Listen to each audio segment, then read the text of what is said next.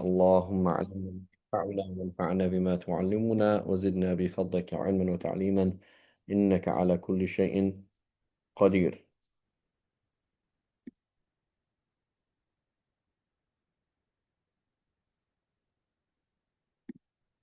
Okay, so things that are offensive in ablution, I believe we are here.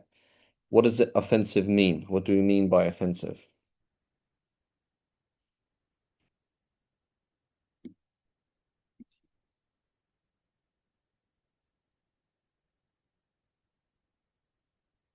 Are you asking us the definition of offensive? Yes. What does that mean? What do we mean by offensive? When we say makruh offensive, what do we mean by that? That it racks up sins. It's what do you mean? Well, So there's a threat. I There's a mean that threat. it's not haram. It's not. It may not be haram in that it's prohibited, but doing so is disliked by Allah subhanahu wa ta'ala or prohibitively disliked by Rasulullah sallallahu alaihi wasallam. Okay. So here's a question. Um, let's try and answer these three questions. Is there a threat of hell? For doing something makruh, Yes. I don't I don't think so. Okay. Great. Is it prohibited? No, Meaning Allah saying don't do it. Is Allah no, telling us don't do it? no, but that's the difference between makruh and haram. Not quite. No, Okay. okay. So prohibited. So makruh, it is prohibited, but it's like this. I'm saying, I tell you, Sham, don't do it. Just don't do it. Like, do you say, do I permit you to do this? I do not permit you to do this, Sham. I am not giving you permission. Okay, but Fareed, if I do it, what's going to happen? Nothing. Nothing's going to happen. I'm just telling you don't do it. And I don't allow you to do it. But I'm not going to call the police. I'm not going to get violent. I'm not going to do anything. Right? So that's the question. Is it sinful? Like, what do you mean by sin? Like what does that mean? So let's say this in like interpersonal relationship. Like I know Sham, I don't know him super well, but he's visited. I've seen him. We've had dinner like twice, three times maybe together. I think he's visited me. I've visited him. Um, you know, he kind of thinks I'm cool enough to attend my class, right? There's some kind of rapport, right? There's some kind of rapport. So am I damaging the rapport, or is he damaging the rapport if I do something that I know he has not permitted me to do? I say, can I borrow your pencil? He says, actually, no, not this pencil. I just take it anyway, right? Knowing that he's not going to get violent, he's not going to sue me, he's not going to call the police. There's nothing that's actually going to happen. There are no repercussions. The only repercussion is personal that I'm doing. What am I doing to the relationship?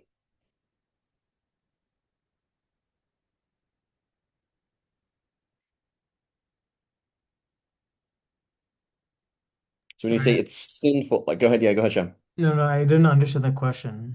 So I do something to you that you don't allow me to do. I say, hey, can I borrow your top?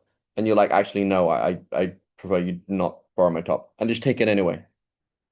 Knowing that you're not going to get violent, you're not going to call the police, you're not going to do anything. There are no practical repercussions of me taking your top or not. The only practical repercussion is that it's hurtful to me. Okay, so, but that's okay, right? Because you're not going to hit me, you're not going to call the police, you're not going to sue me, you're not going to, like, I don't, that's all right. Like, I mean, let me just hurt your feelings, right? Yes, but that's why it's disliked.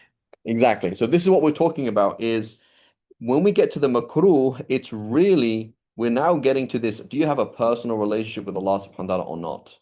Because he's told you, at least according to the Shafi'is, he's telling you, listen, we've looked at the message from Allah. We've read the message back and forward, and so back to front. We don't believe that Allah is threatening you with punishment if you do this. So you're like, okay, so there's no hellfire. No. So then, so then the question is it sinful? Like, well, what do you mean? I mean, it's prohibited. Like, don't do it.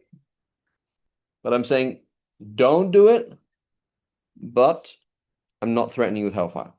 So now the test is, well, do you worship Allah because of fear of hellfire, or do you worship Allah because you actually have a personal relationship with Allah subhanahu wa ta'ala? Does that make sense? Same thing with Sunnah, right? Sham's like, hey, I'm like, hey, bro, do you want anything from the canteen? I'm just going there right now. And he's like, yeah, sure. Can you get me if they have any of those Danish pastries? I'm like, yeah, please get me one of those. So I come back. He's like, oh, they didn't have any. I said, no, they did. So he's like, yeah, you didn't get it. It's like, no. Oh, you forgot. It's like, no, I didn't forget. So you they had Danish pastries and you didn't forget. Say no. Oh, you didn't have money. He's like, no, I had money. So why did you get it? Like that's kind of weird, right? It's like you asked me, hey, would you like anything from the canteen? I went to the canteen. I they had Danish pastries. I didn't forget, and I just willingly and intentionally just didn't do it, right? So then Sham's like, yeah, so should I just go and do it myself? I don't know, like that's kind of weird, right? So we have to understand now when Allah makes something obligatory, He's saying, listen, I'm going to chase you with hellfire to make sure you do this, right? So this is Sham with his this one student at university. He's like, dude, I'm going to make you pass this class, even that means I have to come to your room and make you do the homework. Like you're going to have to do this. Like I want it tomorrow on my desk. Where is it? Give me your number. I'm going to contact you.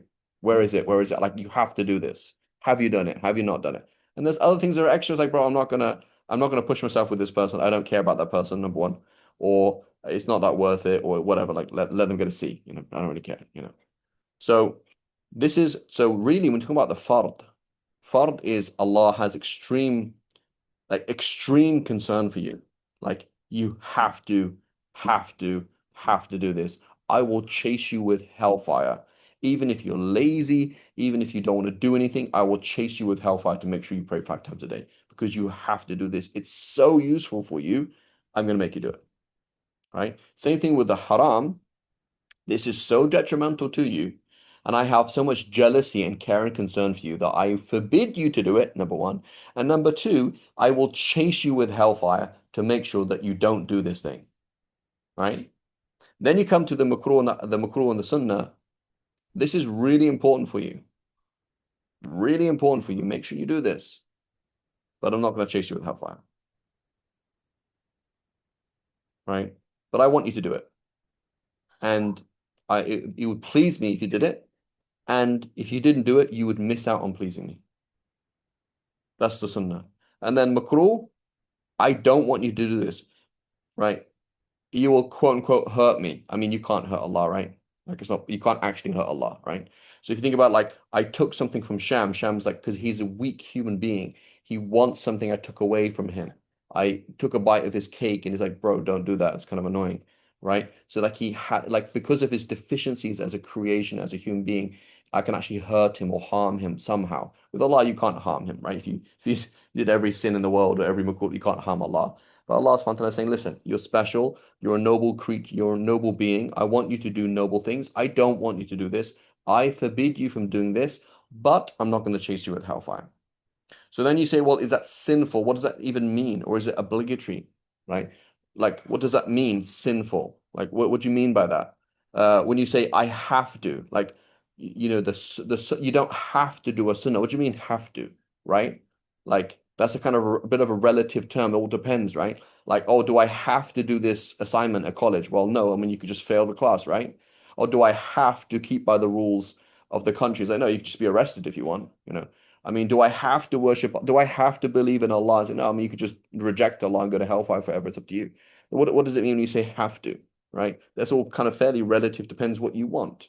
So when you say I have to do this sunnah, what you mean is like I don't accept from myself that I just willingly and intentionally, without an excuse and without any reason, just not do something that Allah likes.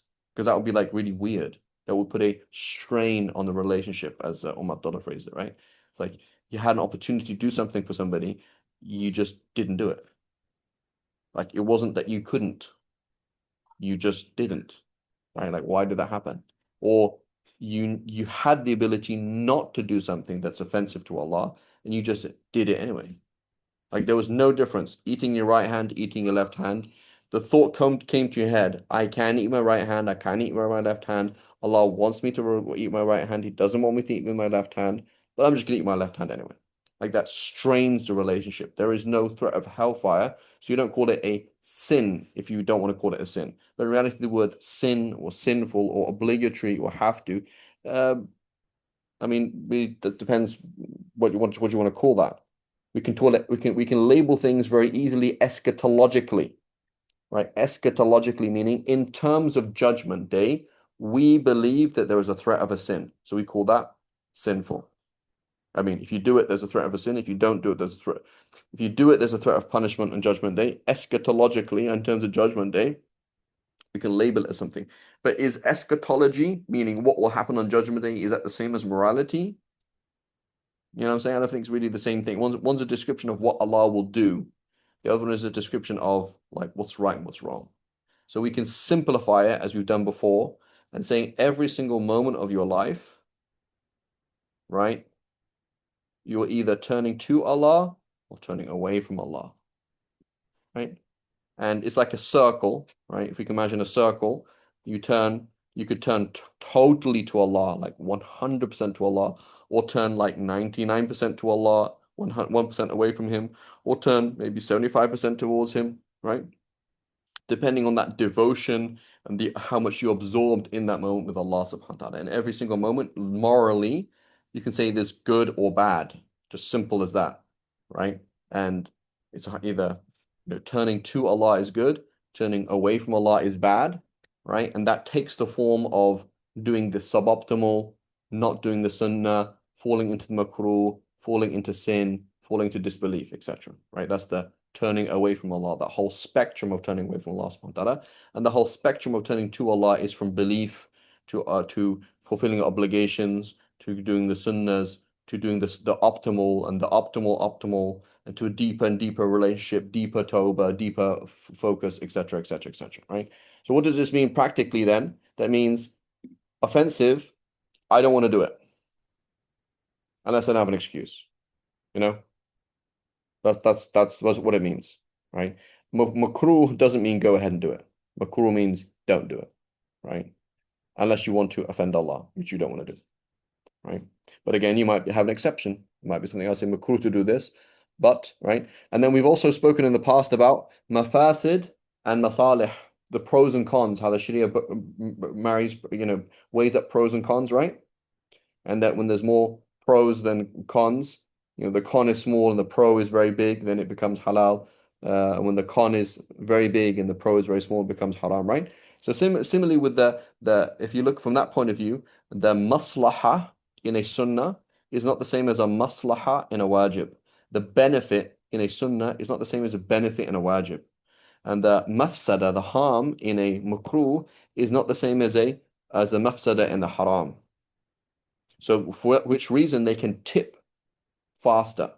Like a sunnah could no longer become sunnah much easier than an obligation becoming no longer an obligation.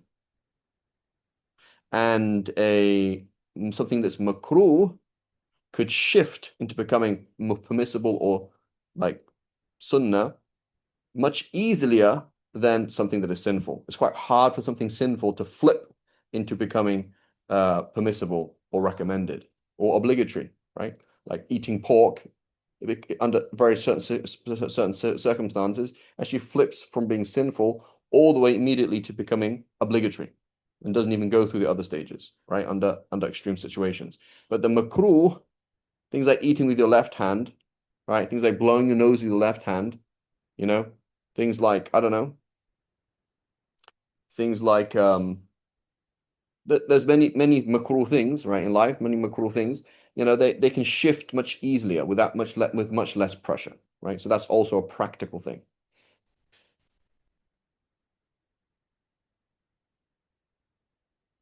Exactly.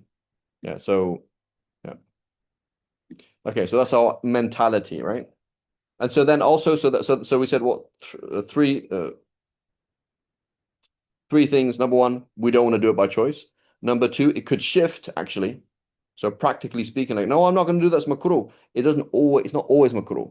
It could shift much easier. It's number one. And number three is that if it's makruh in itself, it means it's not recognized by the Sharia. So therefore it won't be an excuse. So because it's prohibited, it's not recognized by the Sharia. So it's not even if it's not sinful, even if there's no threat of hellfire, the fact that it's makruh, right? So for example, some of you might have seen on the Q&A the other day, there was a discussion of exposing your aura in front of your husband, right? Could you, for example, can a woman expose her thighs in front of her husband, right? And so there's a debate they talk about in they talk about uh, um, in fiqh is that they say that a man or a woman exposing their private parts, right? So a man, for example, walking around naked in his house, a woman walking around exposing her thighs in a house, that's haram, okay? But the mafsada is very small. The harm is very small because it's just basically an adab with Allah subhanahu wa ta'ala, right? And the need to expose yourself comes up a lot. You shower, you change, you this, whatever, it happens.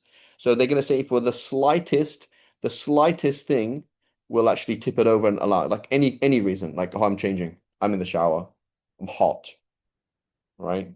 So then they have a question and say, well, what about this? What about during intercourse? Could you be completely naked and be uncovered during intercourse? So the debate in the Shafi school is um that basically there's a weak hadith that says don't do that. Don't be completely uncovered while during intercourse. So I believe it was Shabr Malisi. Shabr Malisi, he said, because there's a weak hadith, it's offensive to do that. And because it's offensive, it's not an excuse. Does that make sense? So when something's offensive, it's no longer an excuse. So that's an example of that. Rashidi disagrees with him. Rashidi and also one of the late Shafis says, no, that's a weak hadith and it's not is an excuse. So it is permissible to be completely uncovered during intercourse. It is permissible, but I'm just talking about the logic. He said because it's offensive, it's not an excuse, so therefore it's haram. Like you're now considered not to have an excuse to be completely have your private parts completely exposed, right? It's considered a cancelled excuse, if that makes sense. Similarly, gargling while you're fasting. Gargling while you're fasting is offensive. Because it is offensive, it's not an excuse. So now the Sharia comes along and says, oh, you were gargling while you're fasting? Sorry, and you accidentally swallowed the water? Sorry, that actually doesn't count as an excuse. Yeah, but I didn't do it on purpose. Yeah, I know, but it was produced by something that you were told not to do. So even though it's not sinful, it's not an excuse, and now your wudu is broken. Similarly, you're playing chess. Chess is offensive in the Shafi school. And while you're playing chess, you forgot to pray. You say, oh, I'm not sinful, right? Because I forgot to pray. Yes, you're not sinful, but your sin was produced by something makruh. That's makruh in itself. So therefore, it's as if you didn't have an excuse. It is a non-recognized excuse. Does that make sense? So now you're like, oh my God, I just missed dhuhr while I was playing chess, right? You consider to be you consider to be have sinfully missed dhuhr. I have to pray dhuhr immediately, right? Because your excuse was not recognized an excuse because it was prohibited, even though it's not actually sinful. Does that make sense? So we said three things. Makruh, we shouldn't do it. We're not happy to do it by choice. Number two, it can shift, right? It can shift very easily. For a makruh can shift very easily into being no longer makruh because it's not such a harm as a haram. And number three is that because it's prohibited, it's not recognized as an excuse. Okay? Does it make sense? Everyone's following? Yes, Sheikh, thank you. Okay. Everyone's got that down? Pencils and pens ready? Yeah? Yeah. So two, at least one of these things you're not going to find in many places, right? So sometimes you will find things, these are written explicitly. In usul, you're going to find it here. Sometimes it's not. Okay, so write it down, okay? Remember, I was in a class with Sheikh Hamza, and I was like, yeah. Sheikh Hamza Yusuf, Sheikh Hamza Kanmali, and I'm like, yeah, just one on one, and I'm talking to him. He's like, Fareed, Habibi, write the stuff down because tomorrow you're going to forget. Write it down, right? Write everything down. Sheikh Ali Hani, one of my teachers, he went to Tarim and he was in Tarim for like 4 years and all that. And because he was very advanced in Tajweed, he was teaching the shuyukh, so he could attend all these advanced classes. So he would just write down a ridiculous amount of notes. And then he came back to Jordan, he sat down and redid all of his notes, like a lot of work.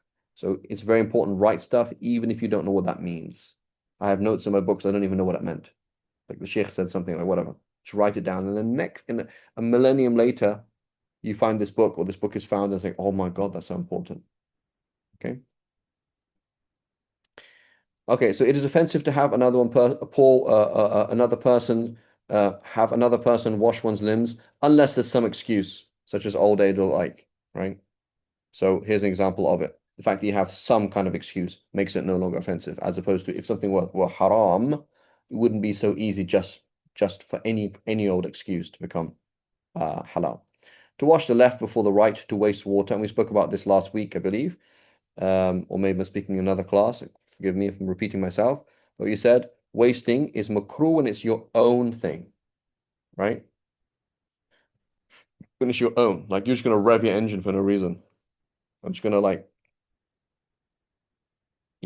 buy a plate of food and just like eat half of it and throw it away. That's offensive when it's my own thing. It's offensive. It's not haram. Okay. But when it's somebody else's and they don't give me permission, it's going to be haram. Right, so Sham says, please listen, Farid. I only have a very small amount of water. Please just use the bare minimum. Like, don't even do the sunnahs. And now the sunnahs become haram. I say, can I please do the sunnahs? He says, okay, but don't wash any more than that. So then I put it on full and I'm just wasting the water, having a conversation while I'm doing it, etc. This is now haram because he doesn't allow me to use that water in that way. Okay, it is recommended. So what does recommended mean? So recommend the Sheikh, can opposite I of ask you a quick recommended. Go question? ahead. Go ahead, Bismillah. So just to be clear, kind of like the concept of sadaqul jariyah, this Hmm. case of the bad house guest, for example, using all the water, Hmm. denying someone the ability to make wudu, which then would deny them ability to pray, for example. Hmm. Is there also something in the Sharia as like a continuous sin? Yeah, Is there a yeah, term for that? yeah. So there comes in a hadith that yeah, the person there's basically he said that people this ummah is that consists of there's like four people in this ummah.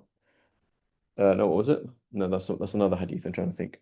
Oh, the Prophet ﷺ said, whoever starts a good sunnah, right? So that's a sets a good example, and then whoever he has the reward of it for doing it, and anybody who does it after him, right? Like the author of the book and the translator of the book and etc. etc. Right, right? The teachers of this book, etc. They have the reward for all of those people. And the same thing, you set a bad example, you get the sin for that bad example and everybody who copies you, right? So a woman, for example, exposes her body, for the camera, sin. Every single time someone looks at the image, sin, right? Every single, right? Every single time, this is the same sin, right? So it's like ridiculous amount of compiled sin. The Prophet ﷺ, he mentioned, he said, slightly different, but about, social media. He said that, I believe it's weak, on Laylatul Isra, that the Prophet ﷺ, he saw a bull come out of a corner or like some kind of niche. So then the bull turns around and tries to get back into this tight corner, but it can't get out. So he asked Sayyidina Jibreel, like, what is this? He says, this is somebody who said something really bad about somebody, and it went viral. And then he tried to take it back, but he couldn't. So like, you make riba and they share it, like funny image of somebody and they share it, share. Every single. Time you get this in. So it's pretty bad. Thank you. Okay, so to use it's recommended. So when we say recommended, it's not necessarily the case. So everything that is obligatory, the opposite is haram. It's obligatory to pray, it's sinful not to pray. But it's not true to say that everything that's recommended is offensive to not do, right? So the commission, right, of a recommend action does not mean its omission is makruh. Okay, but what about the other way around? Is it true to say that if something is makruh, that it's always sunnah not to do it? Is that true to say?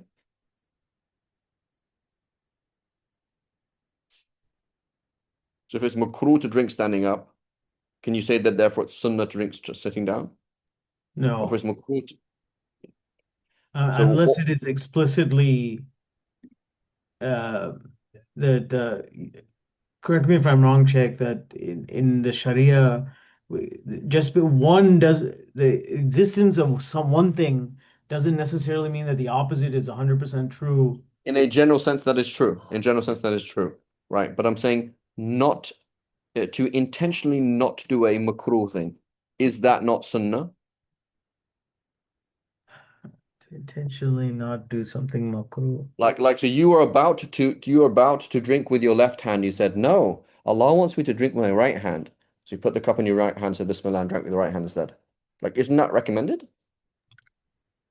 Yes, but That is recommended. So let's just try and do it through a process of elimination. Can we think of a single makruh thing that that not doing it is not recommended?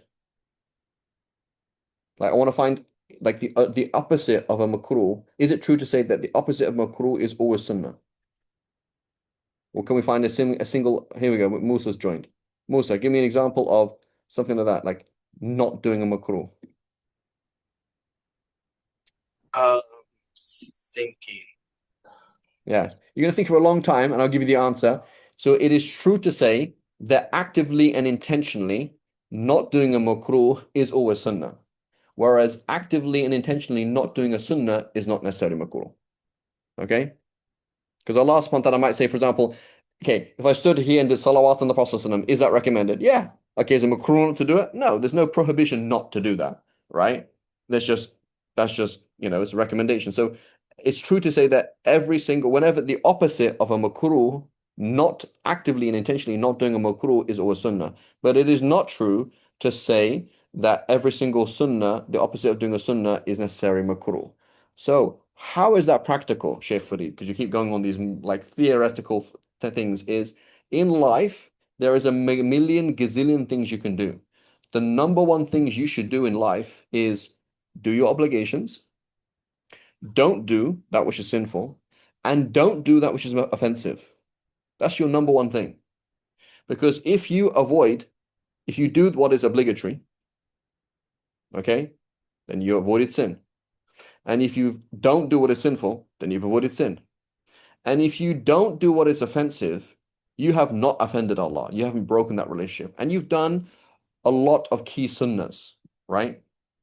Like by not doing offensive thing. If you say, like, if you ask a question, is it offensive for me to do this? Or is it offensive to not do this? Then when you look at it from that point of view, you will limit yourself to key sunnahs that are more important, if that makes sense. Okay? As opposed to infinite sunnahs. Like there are infinite sunnahs. Like you could sit here and they're the sunnah of how you organize your desk. Like there's always one way of organizing desk that is better than another.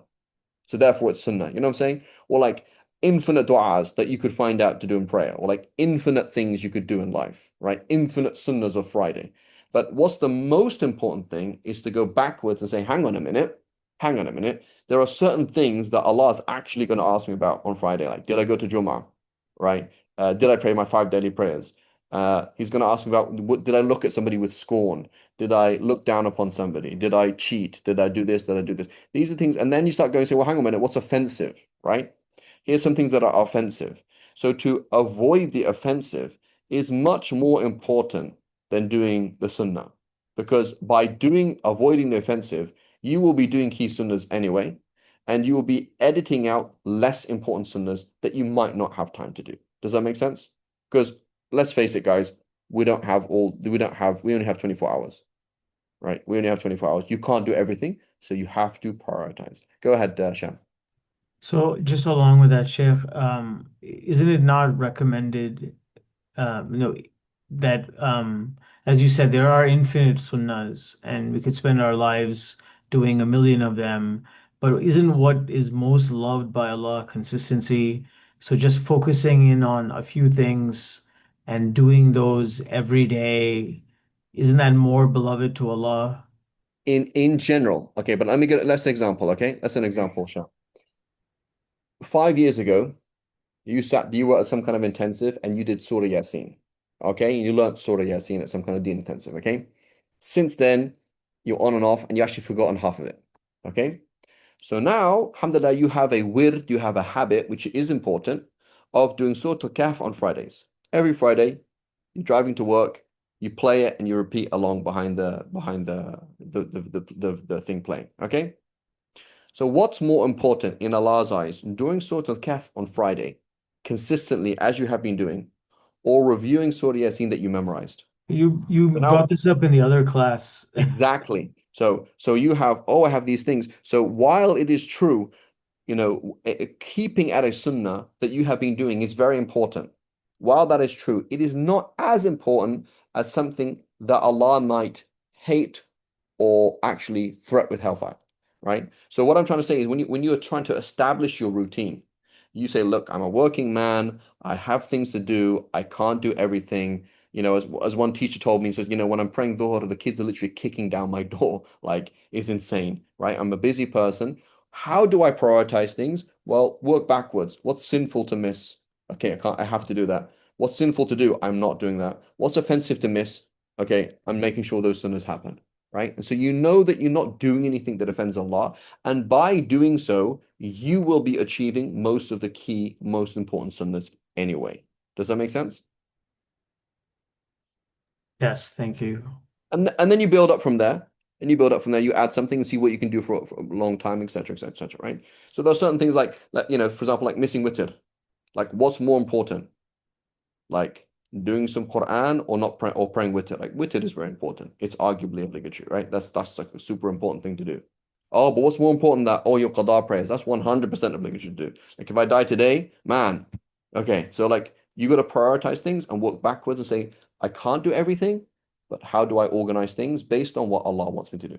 Okay, so here it says it's recommended, but not necessarily offensive, to use less than 0.5 liters, i.e., what's called a mud is a scoop of water. To use less than this is not recommended. It's recommended to keep to that's you should try and use that much water. Not to use less than 2.3 liters, which is 4 mud, right? Which is called a sa' in Arabic, a sa' in your ghusl, right? So get a 2-liter bottle, right? To use less than that is not recommended. Is it offensive? It's not offensive, right? And then in this, we say to use less than you need to do a proper job. So you say, listen, I'm actually a very big person. I have very dry skin. So actually, if I used that little amount of water, I would, it's really hit or miss whether or not I actually did a proper wudu. So it's recommended to use enough water to make sure you do a proper job and not to use more than you need to do a proper job, right? So it could be more or less depending on how big you are, your skin, etc., etc., etc. Okay, not to use less than okay. Not to dry off the parts washed in ablution unless there's an excuse such as illness, cold, etc. Right? So I've given this example to others, right? Here I am in my office. Okay, I come out of my office, is all tiled floor. Okay, we're in Malaysia, there's no carpets, right? I come out and then I'm right next to the main door. Okay, right next to the main door. Everybody comes in this door. So Sheikh Farid, mashallah, the angel that he is, he goes into the bathroom, makes wudu, and mashallah, following the sunnah, he's dripping everywhere. And then one of the kids runs along, slips, cracks his head on the floor. And then his wife comes in the house, she trips over, drops the eggs on the floor. I think, mashallah, Sheikh Farid, we love you following the sunnah. Mashallah, do it somewhere else.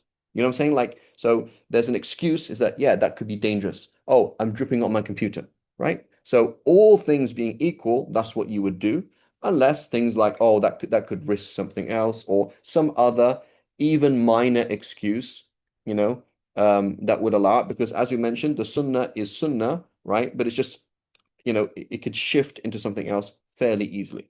Okay, go ahead. Does that make sense, everybody? Yes, thank you. Okay, go ahead, Sheikh Mahmoud. Ustad, I was always having the question regarding the mud and sa'.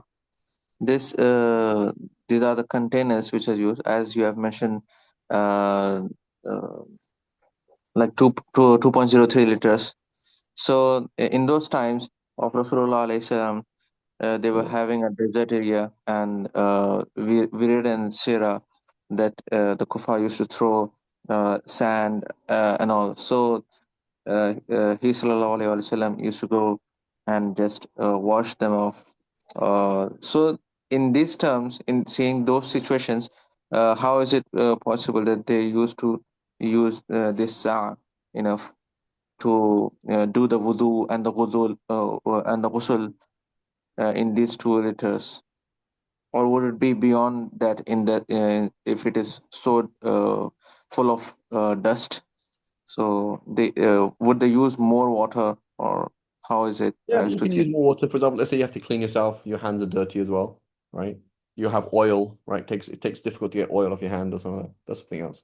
But here we're just saying, assuming you're pure, assuming there's nothing on you, you shouldn't use less than this. That's what they're saying. Okay. Okay.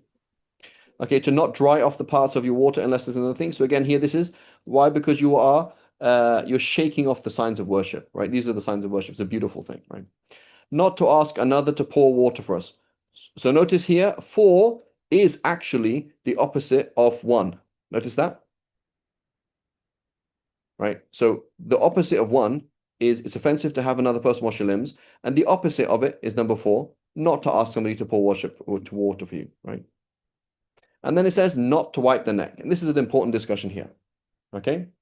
So it is sunnah not to wipe the neck, right? Especially if you live with a Hanafi, you look them in the eye, make eye contact, say, watch me not wipe my neck, right? No, I'm joking.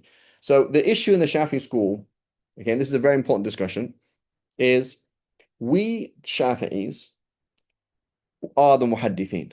Okay? Don't tell anybody else because they'll get offended and they think that, but we are the muhaddithin. We are the people of hadith, right? Like basically, after the author 6 books, every hadith book is basically written by Shafis. Daraqutni, Hakim, Bayhaqi, everybody, Ibn Hibban, everybody is Shafi'i, right? So like Ibn Salah, Fath al-Bari, we are the Shafi'is are the hadith scholars, right? So you come along and say, where's your dalil for saying that it's sunnah to wipe the back of your neck? You say, well, there's a weak hadith. So the Shafi'is use weak hadiths to establish A, recommended actions, and B, actually we use weak hadiths as well with supporting evidence to establish halal and haram. Okay, it's just really important thing to understand, right? So people say, don't do that, it's not sunnah, right? Anything that doesn't have a sahih hadith is bid'ah. That is not true. Nobody says that. That's total nonsense. So the debate in the Shafi school then is, should you or should you not wipe the back of your neck in wudu? Imam Rafi'i and Imam Nawawi, they both agree that the hadith is weak. And they both agree that we can use a weak hadith to prove that something is recommended. We are agreed on that. There's no discussion there. So what the Salafis or somebody will say, oh, that's a bid'ah because there's no Sahih hadith, that's a load of nonsense. The Shafi'is do not do that. They say, here's a weak hadith, and the Hanbalis don't do that. So if you want, who are the Ahl Hadith if the Shafi'is and Hanbalis are not Ahl Hadith, honestly. Anyway, so that's the discussion. So now the question is, how weak is the hadith? According to Imam al-Rafi'i, the hadith is not that weak. It is ضعيف ضعفا يسيرا. It's a little bit weak, and we use hadiths that are a little bit weak to establish recommended actions. So therefore, it is sunnah to wipe the back of the neck, according to Imam al-Rafi'i. And that's what the Hanafis say. According to Imam Nawawi, he agrees in the whole syllogism, the whole argument is correct. The only issue is he doesn't believe that the hadith is weak. He believes the hadith is very, very weak, nigh fabricated, right? In which case, it is not recommended to apply that hadith. So it's a hadith issue only, right? It's a hadith issue only, right? And it emphasizes the point that we all agree that weak hadiths are part of Islam, that weak hadiths are part of our practice of Islam, and are not something that should be deleted, right? And then the most obvious demonstration of that is you open the 6 books, particularly the 4 Sunan, Bukhari, Al-Tirmidhi, Nasa'i, Abu Dawood, Ibn Majah, and you can see the hadith, half the book is weak, right? And Imam Tirmidhi will say the hadith is weak, but yet we all act upon it. Say, oh, there we go. So the idea that we only act upon Sahih hadiths is a load of tosh, right? That's the word. Do we use that in America? A load of tosh? No. No, that's a proper British. There's my Winston Churchill coming out, right? There it is. A load of nonsense. Yeah, that's just totally crazy, right? That has no basis whatsoever. Are there actually specific Shafi criteria? So it's not the criteria, Arias. It's not the criteria, right? It is, it is the specifics. So you and I might have the same, let's say, for example, what is a safe building to live in, right? Arias, you're in Austria, correct?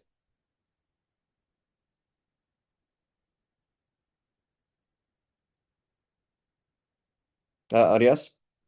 You're still in Germany. Okay. You're in Germany. Okay. You're in Munich. There is a building that is being built. They have a certain law and a certain code and certain standards for a safe building. But two civil engineers looking at the safe sound building using the same criteria can disagree on the specific application of the criteria.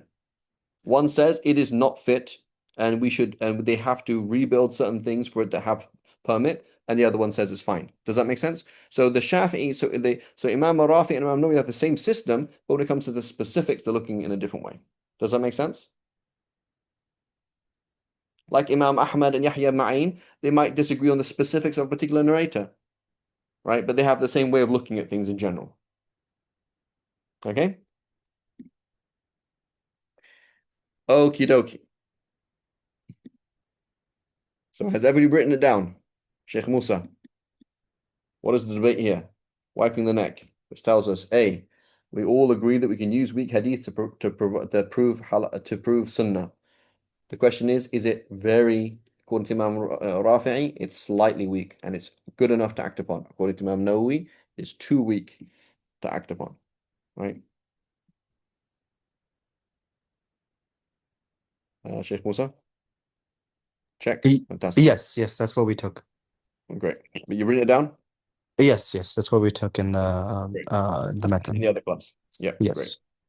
Okay. So I can't, Savannah, the other day I was in a class and I wrote something down. I wrote actually in 2 books. You can't imagine how important it is when, like, even Savannah, yesterday somebody messaged me. I don't know who even messaged me. I can't find it. I can't find the message. So in 5 years, they're like, yeah, this thing's in my head. And it's like, where is it? So you can't, I can't emphasize how important it is to write down things and in multiple places. Because you're gonna come across this tomorrow and you come across that tomorrow. Because you always need more information. You always need more copies of things. It's very, very important. The amount of time and concepts that will be lost trying to find one quote. I remember I think in my class, what class was it? In my D-Feminine class, I think I spent 4 hours once trying to find one quote that I had come across. So, oh, that's a cool quote. For God's sake, write it down. Write it down. Up to my left here, I have these two, the most important things in my possession besides my family and my cats and my chickens, are these two little black boxes. They have little notes in them, and I write down key quotes and put them in there. That's like my whole life.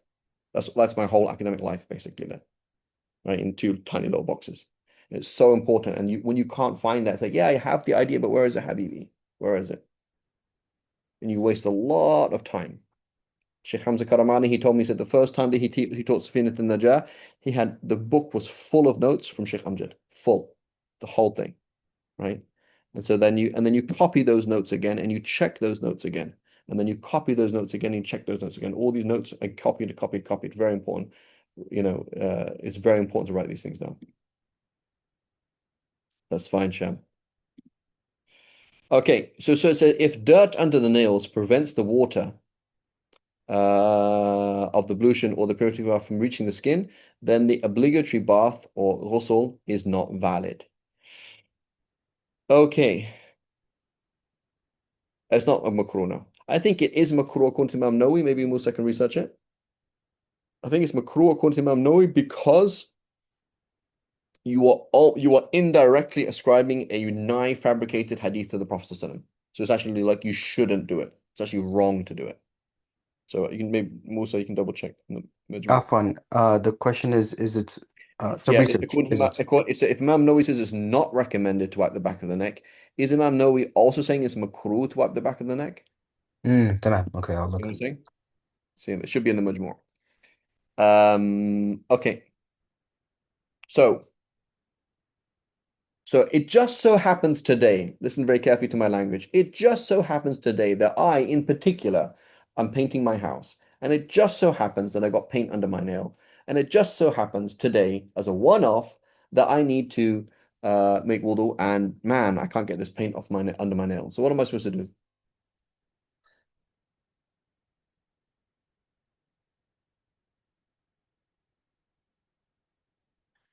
What should I do now?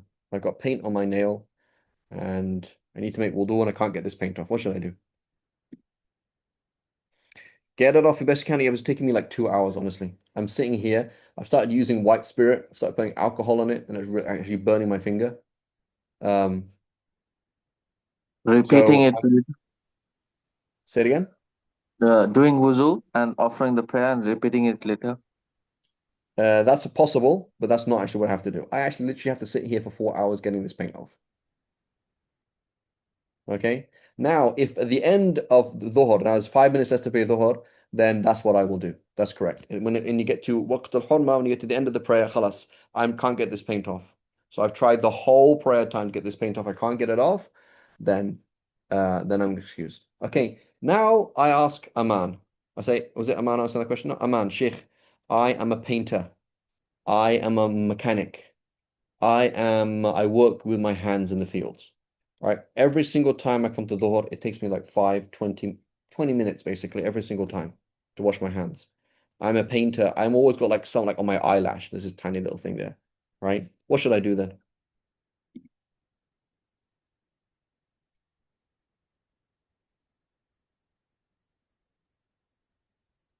It's excused. In the madhab, it is not actually excused. Okay? So in theory, you would imagine a man, he could see my rhetoric, you understand what we're talking about. We already know the idea that any difficulty that is recurrent and widespread, okay, it's recurrent and widespread, then it should be excused. So the Shafi'is, perhaps they're looking at it, it's not widespread enough. Maybe it's recurrent for you, but not widespread enough, something like that. So in the Shafi'i school, it would not be excused. You would simply, um, you would just simply have to do that every single time. Just be really careful, right? That's your luck. That's your luck. That's the problem you have. Now, according to Imam Ghazali, that's what he said. He said the painter, the mechanic, the person who works with his hands, it's overlooked, right? And so here we can see the concept of an ikhtiyar in the school. An ikhtiyar is I'm working on the same mindset. You know what I'm saying? Like here we have Imam Ghazali, we have Aman Hussein. They're thinking in the same line. Okay? Like, because there's the same training that's happening. That's what we mean by an ikhtiyar. You are trained in a way of thinking. You have lots of examples in this huge system, this huge body of answers, this huge system and meta system, and you come up with an answer. Okay? As opposed to, I disagree with the Shafi school. Why do you disagree with the Shafi school? Because it goes against Sahih Hadith. Habibi, do you know how the Shafi school works? No. Then you're not disagreeing with the Shafi school. You're just talking a load of nonsense. So an ikhtiyar is you are minna wa fina, you're one of us. You're trained in this field. Your contribution is valued. You just happen to disagree on the specifics. Okay? Like Imam Muzani is a Shafi'i, but he doesn't believe you can join prayers on journey. But he's not saying that from any point of view like, oh, because of this hadith. He's like, he's working totally in the Shafi'i. He is our teacher, Imam Muzani. He taught us the Shafi'i school, right? He summarized the books of Imam Shafi'i into the Mukhtasar Muzani and he taught the Shafi'i school. He is a Shafi'i, he just disagrees on the specifics. But he's a walking, talking Shafi'i, right? 100%. As opposed to somebody who is not trained in the school. You haven't gone through the books. You haven't become a Shafi'i. And you just disagree. And you're saying, well, I think in the Shafi'i school it's this. Your contribution is pointless and is useless. So this is very important because we're talking about a Salafi. What is wrong with a Salafi? The Salafi comes along, okay? The Salafi comes along and he says this. Hanafi say this, Shafi say this, Maliki say this, Hanbali say this. The correct position is this because of this hadith. And you say, Habibi, which system have you been trained in? And he says, Tamadhub is bid'ah. Following a madhab is bid'ah. So you say, which system have you been trained in? He says, following a madhab is bid'ah. I was like, Habibi, you were not trained in a single system, were you? No. So therefore, your contribution is pointless, is useless. It's just jahl. It's not useful. It is not like you've been working in a company for 20 years and you branch off with a new spin of that company. It is not. It's you looked at a company and you said, Acrobat, that's lame. Acrobatics is dangerous. Like that is a pointless, right? Like Adobe Acrobat, your criticism of Adobe Acrobat is because acrobatics is dangerous. Like that's a pointless comment. Like this, it's not even useful. Your criticism of this martial art is that ninjas don't exist. Ninjutsu is lame because ninjas don't exist. That's a pointless, useless objection. Montessori education is lame. Okay, what have you taught Montessori? Yeah, I taught Montessori for 20 years. Oh, that's a useful contribution, right? Like you got into a system and you shared something, as opposed to you're not trained in the system. So when you say, for example, Imam Ghazali disagreed with the school, he graduated from the school and he has a different opinion on this particular issue, but he is a walking, talking Shafi'i. Imam Nawawi, right? I'm emphasizing this because this is lost on Salafi shuyukh. I remember talking to a big Salafi sheikh in Jordan. He did not understand this concept. And there's a difference between not understanding something and disagreeing. There's a big difference, right? You're following me. Somebody's like, I understand what you're saying, but I disagree. As opposed to you don't actually understand what I'm even saying. This point is actually lost on you. So they said Imam Nawawi left the Shafi school. Imam Nawawi did not leave the Shafi school. Imam Nawawi graduated from the Shafi school. There's a difference. So Imam Nawawi's disagreements with the Shafi school and his ikhtiyarat, his own personal opinions, are useful contributions, whereas your objections to the Shafi school are useless. Why? Because you haven't been trained in the system. You don't think like a Shafi. You don't think with the usul and the qawa'id of a Shafi. Does that make sense?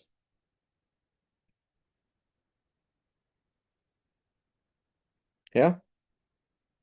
Everyone's following that concept. I know there's like 3 questions or 4 questions that have been typed while I'm saying this, but does everyone understand what I'm saying? Yeah, but we're living in strange times, Arias. We're living in strange times, right?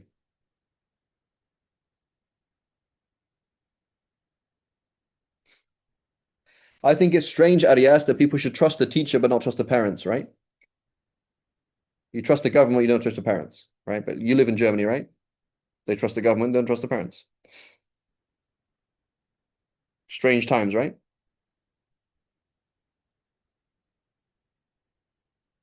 I identify as female. Okay, great. I identify as owning your money. Those are the same thing. It's strange times, right? May Allah protect us, right? So it is important to understand those things, okay?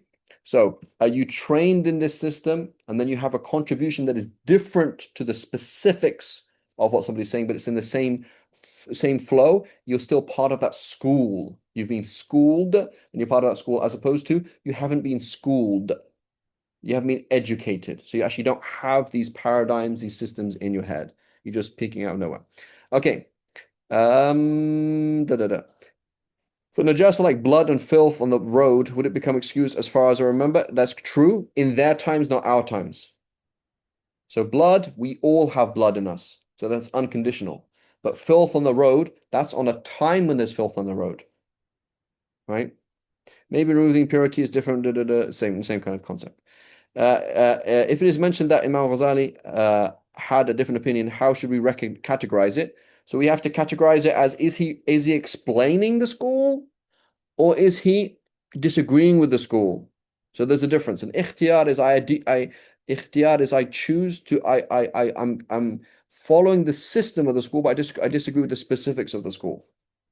Right? Like if you remember with Ibn Khuzaymah and Ibn Mundhir, both of them said that touching your private parts doesn't break your wudu in separate ways for separate reasons, but both of them their disagreements are in the same system of the Shafi school. The logic, they're using it in the same way, even though they have a different answer. But it wasn't something else, right? But yes, Imam Nawawi, for example, is very clear. Imam Nawawi, when Imam Nawawi says this is the correct position in the school, there's these 3 positions, but my position is X, right? So he has his own position sometimes. So if one was to wipe the neck, is not proven sunnah, but not proven makruh either. I don't know, is it proven makruh or not either? That's what Musa was going to research. Is it actually makruh or not? Doing it while erring to the side of caution would be okay. It's not an issue of caution because nobody says it's obligatory, Sister Amina. So when you say, for example, wiping the whole of your head, that's erring to the side of caution. But wiping the neck, nobody says that. Nobody says nobody says that is obligatory. So it's slightly different. So it's an issue of should I do it as a sunnah or should I avoid it as a makruh? It is honestly tricky. Yeah, so Habib Omar does it. There we go. Follow him. Yeah, so Arias, I find it strange that this isn't obvious. So it was obvious to everybody until recently, basically. Yeah, I identify as German as well. I want a German passport. Okay.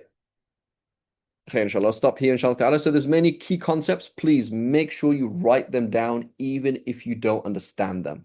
Write them down. This is a level 8 class. Okay, this is not a level 1 class. Okay, so we're mentioning high level concepts here and there that are very important, and we need to finish this book with these concepts in our head, inshallah ta'ala. Inshallah, we'll come back to this point. Wa sallallahu ala sayyidina Muhammad wa ala alihi wa sahbihi sallam. Subhanakallahumma wa bihamdika ashhadu an la ilaha illa anta nastaghfiruka wa natubu ilayk. Jazakallah.